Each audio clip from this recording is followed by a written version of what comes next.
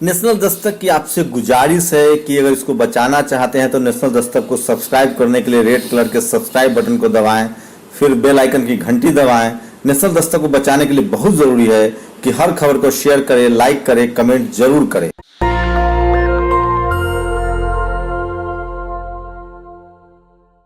विश्व का सबसे बड़ा पुरस्कार नोबेल पुरस्कार मिला।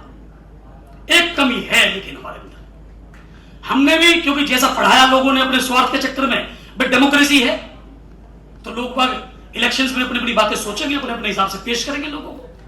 तो बाबा साहब की केवल एक छवि हमारे सामने आई, जबकि सच्चाई यह है कि बाबा साहब सोशल रिफॉर्मर तो नहीं, बाबा साहब बहुत बड़े इकोनॉमिक्स के रिफॉर्मर हैं। अंबेडकर बहुत बड़े पत्रकार हैं। अंबेडकर बहुत बड़े इतिहासविद हैं। अंबेडकर के अंदर बहुत बड़ा अर्थशास्त्री छुपा हुआ था। अंबेडकर मैनेजमेंट के नए नए प्रिंसिपल्स देकर के गए। अंबेडकर नारियों के मुक्तिदाता हैं। अंबेडकर नदियों को आपस में जोड़ने का सिद्धांत देकर के जाते हैं। अंबेडकर केवल दलितों के मसीहा हैं ऐसा पेश करके उनके साथ अन्याय किया गया। केवल एक बात कहती गई, अंबेडकर ने किसी परिस्थिति में कहा था, उन्होंने कहा होगा, कह दिया कि भाई मैं हिंदू पैदा हुआ लेकिन हिंदू रहकर के मरूंगा नहीं। लेकिन जिस दिन उन्होंने घोषणा की और जब तक बौद्ध धर्म अपनाया तो 25-26 वर्ष हुए, और 25-26 वर्ष तक यह सोचने की बात है कि उन्होंने इसको ईसाईयत की तरफ क्यों नहीं जाते। यह सोचने की बात है कि अंबेडकर इस्लामिक क्यों नहीं हो जाते। यह सोचने की बात है कि अंबेडकर केवल बुद्धिस्ट क्यों होते हैं। इसे छुपाया गया। अब आप समझिए कि हिंदू वर्ग के सामने केवल यही बात बताई जाएगी कि अंबेडकर ने हिंदू धर्म को छोड़ने की घोषणा की, केवल हिंदू धर्म की आलोचना की, तो हिंदू धर्म का जो फॉलोअर है वो अंबेडकर से नफरत करेगा कि नहीं करेगा। लेकिन उसे अगर यह समझाया जाता कि शुक्र करो कि अंबेडकर बुद्धिस्ट हुए, इस्लामिक नहीं हुए, वरना इस देश में अल्पसंख्यक पता नहीं कौन कब का घोषित हो चुका होता। यह शुक्र करो कि इस देश और धर्म की संस्कृति को बचाने में जितना योगदान हमारा और हमारे पूर्वजों का है, उसमें चाहे डॉक्टर भीमराव अंबेडकर हो, उसमें महर्षि वाल्मीकि हो, उसमें वेद व्यास हो, उसमें गुरु रविदास हो, कोई हो, बहुजन वर्ग में पैदा हुए हर महापुरुष ने इस देश की धर्म, इस देश और देश धर्म को बचाने का काम किया, अपना सब कुछ न्यौछावर करने का काम किया, अपमान झेला, लेकिन देश को टूटने की तरफ, देश को तोड़ने की तरफ कभी अग्रसर नहीं हुए। ऐसे हमारे पूर्वज थे। इसे कोई बताता तो शायद अंबेडकर बाबा साहब के प्रति उनकी नफरत थोड़ी बहुत कम होती। मैं विश्वविद्यालय में हूं, बहुत दिन से शिक्षा के क्षेत्र से जुड़ा रहा, छात्र संघ का महामंत्री भी रहा। मैं निरंतर इकोनॉमिक्स के छात्रों से पूछता हूं अपनों से कि अंबेडकर का केवल एक ही तस्वीर थोड़ा ही है। बाबा साहब की इकोनॉमिक्स पर चलो पीएचडी करते हैं, स्वीकार्य नहीं है। अंबेडकर के मैनेजमेंट पर करें, प्रबंधन, principles, management principles given by Ambedkar, इस पर रिसर्च करते हैं, कोई कहने को तैयार नहीं। अब अंबेडकर की इस छवि को कौन बताएगा? कौन बताएगा कि इस देश को नदियों से जोड़ने का सिद्धांत अंबेडकर देकर गए थे? कौन बताएगा कि आरबीआई की स्थापना अंबेडकर ने कराई? कौन बताएगा कि पीएफ जो कटता है, इस आम जनता को, आम आदमी को पीएफ की जो आवश्यकता होती है वो किसकी बदौलत है? कौन बताएगा कि पेंशन देने की बात जिसने की वो व्यक्ति डॉक्टर अंबेडकर थे? कौन बताएगा कि 12 घंटे काम करना पड़ता था, 12 घंटे से ज्यादा इस देश के लोगों को, एक आम आदमी को, मजदूर को, उसे 8 घंटे किया गया? कौन बताएगा कि वीक डे ऑफ अंबेडकर की सौगात है? कौन बताएगा कि लेबर लॉ जो लगे, इंटरनेशनल लेबर ऑर्गेनाइजेशन से बहुत सारे लेबर लॉज को अडॉप्ट करके भारतीय संविधान में डालने की बात अगर की तो डॉक्टर अंबेडकर ने की, तो केवल एक छवि से बाहर निकालना पड़ेगा। अंबेडकर को आप ये समझिए कि अंबेडकर केवल ऐसी चीज नहीं है कि दलितों के मसीहा तक रहकर के खत्म कर दिए जाए। निसंदेह वंचितों को उत्थान के लिए उन्होंने काम किया। अब फर्क ये हो गया कि अगर अंबेडकर ने किया तो लोग उसे जातिवादी बता देंगे, उसी काम को किसी और ने कर दिया तो वो उदारवादी हो गए। लेकिन अंबेडकर भी उदारवादी हैं। अंबेडकर इस देश की, इस विश्व के सबसे बड़े शिक्षाविद हैं। अंबेडकर अर्थशास्त्री हैं। इसे सिद्ध करने का काम हमें करना पड़ेगा, कोई और नहीं करना है। हमें छवि भी कुछ और बनानी पड़ेगी। सम्मानित साथियों, अभी इसके अलावा जैसे कुमार आश्रम की चर्चा हुई थी, भाई साहब ने कहा था किसी बात में, सेंसर पार्टी भाई साहब को लेकर के कि जब कुमार आश्रम में था, अब समझिएगा प्रयास देखिए। कुमार आश्रम नाम का एक छात्रावास मेरठ में है, जो संस्था उसे चलाती थी, वो संस्था वहां अपने निजी स्वार्थों के चलते कॉम्प्लेक्स बनाना चाहती है और षड्यंत्र रच रही है कि वो खाली हो जाए। एक बार 10 साल पहले आदरणीय सूरज भान जी एससी कमीशन के चेयरमैन हुआ करते थे, जो गवर्नर भी रहे यूपी और हिमाचल प्रदेश में, वो कमीशन के चेयरमैन थे। उस समय खाली करने का आदेश आया, मैंने इंटरवीन किया, उसे बचा लिया छात्रावास को। पिछले 2.5-3 साल से 2.5 साल हो गया छात्रावास की बिजली कटी है। उसे प्रयास किया हम लोगों ने, मैंने आगे लोकल एमएलए से, लोकल एमपी से बात करके 2 बार उसकी लाइट जुड़वाई। मान मेरे आग्रह पर, माननीय केपी चौधरी साहब के कहने पर, एक आग्रह पर एससी कमीशन का हमने उस पर रिव्यू करवाया कि कमीशन का रिव्यू हो जाए, पता चले।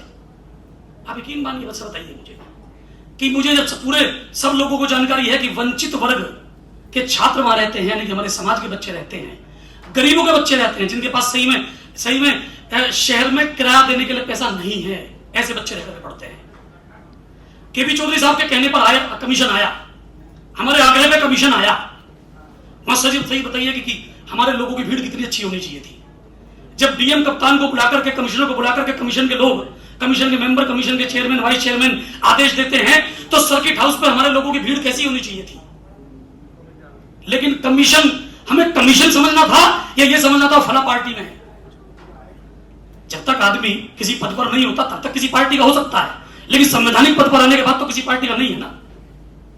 हम ताकत की डेमोक्रेसी है साहब, इस लोकतंत्र को समझना पड़ेगा।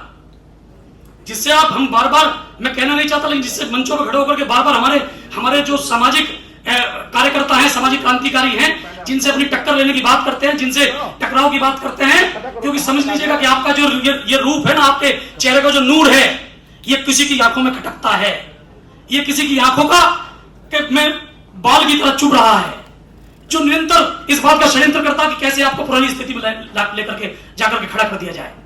तो समाज साथियों, समझना पड़ेगा आपको कि डेमोक्रेसी है। डेमोक्रेसी का मतलब लोकतंत्र, लोकतंत्र का मतलब जिसके पास जैसी जो ताकत दिखा पाएगा। यह भी समझना होगा कि आपको समाज की भट्टी, सामाजिक क्रांति की भट्टी में तपे हुए लोगों को हर जगह सेट करना पड़ेगा, हर जगह करना पड़ेगा। जिनकी बात कर रहे थे आदरणीय केपी चौधरी साहब अपने प्रारंभिक उद्बोधन में, कि पूरे देश में संख्या जिनकी 2 करोड़ भी नहीं, वो इस देश के तमाम संसाधनों पर काबिज हैं और तमाम राजनीतिक दलों पर काबिज हैं। उसके पीछे कारण है कि वो अपना आदमी देख रहे हैं, पार्टी नहीं देख रहे। हर जगह जो सामाजिक क्रांति की भट्टी में तपा हुआ व्यक्ति है, उसे सेट करना होगा। जैसे कि हमने पिछले दिनों सरकार के सामने एक प्रस्ताव रखने का काम किया। सरकार के में जो हमारे नुमाइंदे हैं, उनसे मैंने इसमें सहमति बनाई, कुछ लोगों की सहमति बनी। जैसे भारत में हम लोगों के संरक्षण का काम सरकार के लोग करें न करें, लेकिन ये मान के चलते हैं कि भारत अनुसूचित जाति आयोग, अनुसूचित जनजाति आयोग, जो आयोग हैं, कम से कम वो हमारी बात करेंगे, क्योंकि वहां पार्टी की जो लिमिटेशन है वो कम से कम खत्म हो जाए। अब तक क्या होता है कि राष्ट्रीय अनुसूचित जाति आयोग, जनजाति आयोग में केवल पॉलिटिकल लोग ही नियुक्त होते हैं। आज तक भी ऐसा ही हुआ है, उन्हें मनोनीत किया जाता है। हमने प्रस्ताव देने का प्रयास किया। क्यों, क्या सोच के किया? हमारे बीच में आदरणीय केपी चौधरी साहब जैसे लोग हैं, इन्होंने प्रयास, मैंने बता दिया आपको, एक प्रयास इन्होंने किया कुमार आश्रम छात्रावास को बचाने का, लेकिन हमारे समाज के लोगों की कमी के कारण नहीं हो पाया। पिछले दिनों खैर मैं बता दूंगा आप लोगों को कि पिछले दिनों मैंने उसे माननीय मुख्यमंत्री जी के पास फिर पहुंचवाया है, जो विधानसभा की SC/ST एट्रोसिटी प्रिवेंशन जो कमेटी है, उसके चेयरमैन के माध्यम से, और संभवतः उस पर जल्दी कुछ काम होगा और उसमें आप लोगों की सहायता की आवश्यकता पड़ेगी तो मैं आप लोगों से बात करूंगा अभी। सामान्य साथियों, तो अब जैसे कि बात हुई थी, लगता है हम लोगों को कि हाँ भाई, देश का दिल दिल्ली है, दिल्ली का दिल कनॉट प्लेस है, ऐसी जगह बैठने का सौभाग्य कितने % लोगों को, कितने प्रतिशत ऐसी एसोसिएशन है जिनको बैठने का सौभाग्य मिलता हो। लेकिन भी चौधरी साहब के माध्यम से आप लोगों को की ताकत है, जिसके माध्यम से ऐसी जगह बैठने का सौभाग्य भी आप लोगों को मिला, आपका कार्यालय है। निसंदेह आदरणीय केपी चौधरी जी जिस मुहिम पर चल रहे हैं, वो ऐसी मुहिम है, अगर सही में ईमानदारी से उस पर काम हो गया, क्योंकि मैं भी सोच रहा था, मैं भी मेरठ में मैंने ग्रामीण क्षेत्र की तरफ भी एक अधिष्ठान की स्थापना करने का मन बनाया, उस पर हमारा काम आगे बढ़ा है और संभवतः प्रयास करेंगे कि अपने समाज के महापुरुषों से संबंधित कुछ ज्ञान जाकर के लोगों को मिल सके। ऐसा कुछ चैरिटेबल ट्रस्ट हमारे दिमाग, वो हमने इसमें काम आगे बढ़ाया है। लेकिन आप सुनकर के अच्छा लगा, एक बार प्रारंभिक चर्चा हुई थी आदरणीय केपी चौधरी साहब से, अगर सही में ईमानदारी से इस पर काम हो गया, क्योंकि मैं कह रहा था केवल हम लोग आलोचना करते हैं मंचों पर खड़े होकर के, हमारे लोगों की आदत भी हो गई, आलोचना की और आलोचना के बाद बात खत्म। बात यह कि कौन क्या कर रहा है वो तो समझ में आती है, बात सामने वाले ने क्या किया ये भी समझ में आती है, सामने वाला हमारे खिलाफ षड्यंत्र चला काम कर, ठीक है, सामने वाला अपने घोषित लक्ष्य की तरफ बढ़ रहा है, हमारे विरुद्ध है, ये उसका कर्म है। ये उसकी जिम्मेदारी है, उसका नैतिक कर्तव्य है। बात यह कि हम क्या कर रहे हैं, बात यह कि हम आलोचना तक सीमित हैं या सच में उस राह पे चल रहे हैं कि बाबा साहब कहकर गए थे कि शिक्षित बनो नहीं, शिक्षित करो। बनना तो है ही, शिक्षित करो। क्या शिक्षित करने की तरफ हम लोग बढ़ रहे हैं? क्या हम लोग ऐसे कोई संसाधन स्थापित कर रहे हैं कि जिसके माध्यम से हमारे समाज के बच्चे शिक्षित होंगे और कंपटीशंस में आगे बढ़ेंगे? क्या हम ऐसा कोई काम कर रहे हैं कि जहां बैठ करके हम लोग अपनी चर्चा कर पाएंगे? क्या ऐसा हम कोई संसाधन स्थापित करने वाले हैं कि हमें होटल्स की आवश्यकता नहीं पड़ेगी, हमें नहीं इधर उधर कहीं जाना? जैसे दिल्ली में आज भी किसी भी सामाजिक सेंटर का कोई कार्यक्रम हो, केपी चौधरी साहब को लोग फोन करते हैं, जी मेरा सामाजिक कार्यक्रम है, तो कहते हैं स्वागत है आपका, कर लीजिए, किसने मना किया? तो मील का पत्थर साबित होगा सामान्य साथियों। ऐसी चीजों को सोच करके मुझे लगा, पिछले दिनों तो हमने कुछ सांसदों से मैंने सहमति बनाई और सहमति बनाने के बाद हम लोग गए केंद्र सरकार तक, ये बातें हमने आज प्रयास किया है, कल जाकर के फलीभूत भी होगा। वो क्या कि केवल पॉलिटिकल लोगों को एससी कमीशन, कम से कम सरकार में तो मंत्री वही बनेगा जो सांसद जीत करके आया, लेकिन कमीशन में तो ये बाध्यता नहीं है ना जी कि कमीशन में केवल पॉलिटिकल लोगों को ही मेंबर, चेयरमैन या वाइस चेयरमैन ना बनाया जाए। जैसे राज्यसभा में होता है, कॉन्स्टिट्यूशन में है कि अलग अलग क्षेत्र में कीर्तिमान स्थापित करने वाले लोगों महामहिम राष्ट्रपति सांसद बना सकते हैं। तो क्यों ना भारत के एससी कमीशन और एसटी कमीशन में एक व्यक्ति आप ऐसा रखो जो मंजा हुआ पॉलिटिकल व्यक्ति हो, ऐसी बात है, जिसकी सरकार होगी वो अपनी पार्टी के आदमी को रखेगा। एक रिटायर्ड ऐसा अधिकारी हो जो टॉप उच्च स्तर का अधिकारी रहा हो, जिसे कम से कम कानून की जानकारी हो, कानून वेत्ता हो, विधि वेत्ता हो, कि कहीं अगर एससी एसटी की एट्रोसिटी होती है तो सामने वाला जो अधिकारी है वो बेवकूफ ना बना रहा उस व्यक्ति का, यानी कि जबरदस्ती मैनिपुलेट ना कर सके। लेकिन एक व्यक्ति मिनिमम ऐसा जरूर हो जो सामाजिक गतिविधियों से जुड़ा हो, जो सामाजिक क्रांतिकारी हो, जो सच में सामाजिक गतिविधियों से जुड़ा हो, जिसका समाज में कंट्रीब्यूशन हो, सच में समाज का उसने काम किया हो। उसमें कोई भी हो सकता है, उसमें क्यों नहीं केपी चौधरी साहब जैसे लोग हो सकते हैं, क्यों नहीं वहां जाके विराजमान हो सकते हैं? क्योंकि देखिए केवल पॉलिटिकल आदमी होगा तो केवल पॉलिटिक्स की बात सोचेगा, लेकिन रिटायर्ड अधिकारी होगा तो उच्च स्तरीय, तो कम से कम कानून की बात सोच पाएगा। और जो सही में सामाजिक काम जिसने किया होगा, जो सही में सामाजिक क्रांतिकारी होगा, जिसका किसी पॉलिटिकल पार्टी से संबंध, जानकारी होना अलग चीज है, लेकिन जो किसी पॉलिटिकल पार्टी का सदस्य नहीं होगा, वो प्योर पॉलिटिक्स नहीं सोचेगा। उसके लिए प्रारंभ भी और अंत भी उसके समाज पे होगा। ऐसी चीजों को हमें आगे बढ़ाना होगा। ऐसी चीजों को आगे बढ़ाने के लिए अपने माइंड को ब्रॉड भी करना होगा, क्योंकि विस्तृत सोचना भी जरूरी है। ये समझ लीजिएगा कि बहुत सारे लोग आप केवल संकीर्ण बातों में उलझे रहें, इसके लिए आपके बीच में पत्थर उछाले जाते हैं, उसमें भी आपका रिएक्शन दिखाया जाता है। तो संकीर्णता को छोड़ना है हमें। सामाजिक क्रांति की भट्टी में तपे जितने लोग हैं, चाहे वो कहीं भी हैं, अगर कोई काम कर रहा है, जिस जगह काम कर रहा है, उसका साथ देना होगा। हमें ऐसे लोगों को आगे बढ़ाना होगा जो सच में समाज का काम करते हैं, पता सबको होता है। और ऐसे लोग जो समाज को में केवल दिखाने के लिए खड़े हैं, केवल दूसरे को कमजोर करने के लिए खड़े हैं, उन्हें कमजोर करना पड़ेगा। मेरी शुभकामनाएं LIC के, आपके SC ST बुद्धिस्ट एसोसिएशन जो आपकी फेडरेशन है, इसने निसंदेह अपने कीर्तिमान स्थापित किए हैं। मुझे जानकर के सच में एक खुशी मिली कि मेरठ मंडल में जितने अधिकारी हैं हेड्स लेवल पर, इंस्टीट्यूशंस के हेड पर, वो तमाम अपने हैं। तो जिस दिन से बहुत बहुत बधाई की बात और कमाल की बात यह है कि जो कह रहे थे संगठन में रहोगे तो इसकी ताकत का एहसास कैसे होगा। आप लोग तो मानते ही हैं कि केपी चौधरी साहब का कि इस संगठन की ताकत इतनी है कि आप लोगों को सुख और समृद्धि आगे बढ़ रही है, आप लगातार उन्नति के पथ पर हैं।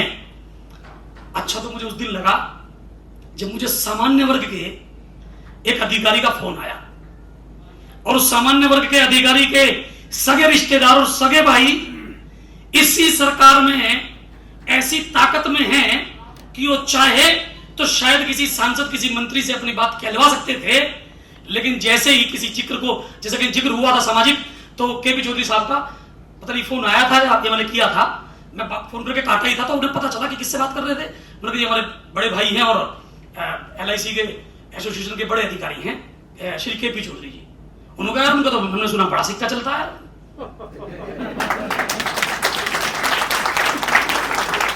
मुझे समझ लीजिएगा, मतलब सरकार की मां जिस संगठन को कहा जाता है, ऐसे संगठन के बड़े अधिकारी द्वारा जब मुझे ये कहा गया, ऐसा है क्या, उनका तो बहुत सिक्का चल रहा है, केपी चौधरी जी का तो पूरा हिसाब खड़ा हो रहा है ना, यार हमारे भाई का कुछ थोड़ा सा काम है, तो ये किसके दम पे, ये संगठन ही तो है, और कितने गर्व से मेरा सीना छोड़ा हुआ होगा। आप यकीन मानिएगा, मैंने चौधरी साहब को फोन किया था और फोन करके कहा भाई साहब सिक्का चल रही बधाई। जब सरकार के लोग मानने लगे, तब बधाई। भाई साहब ने बताया कि वो जो भी बात कर रहे थे ना, इतने परसेंट होना चाहिए, इतने परसेंट होना चाहिए, इस पर कुछ जो आया, भाई साहब ने बताया कि वो फाइनेंशियल सेक्रेटरी से इस बात पर बात भी होने वाली है, और ना जिस दिन अम्बेडकर को पढ़ने की आदत डाल लोगे और सही में किताब लाकर रख लोगे, घर में होनी चाहिए, कितने परसेंट लोगों को घर में एक बार बता दो, इस सब को 100% करना है और सबके घर में करना है, और डेली पढ़ने की आदत, केवल किताब रहनी नहीं है, डेली पढ़ने की आदत डालनी है और बच्चों को समझाना है, इतना काम केवल करना है।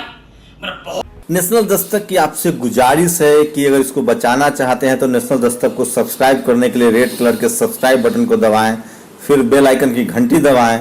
नेशनल दस्तक को बचाने के लिए बहुत जरूरी है कि हर खबर को शेयर करें, लाइक करें, कमेंट जरूर करें।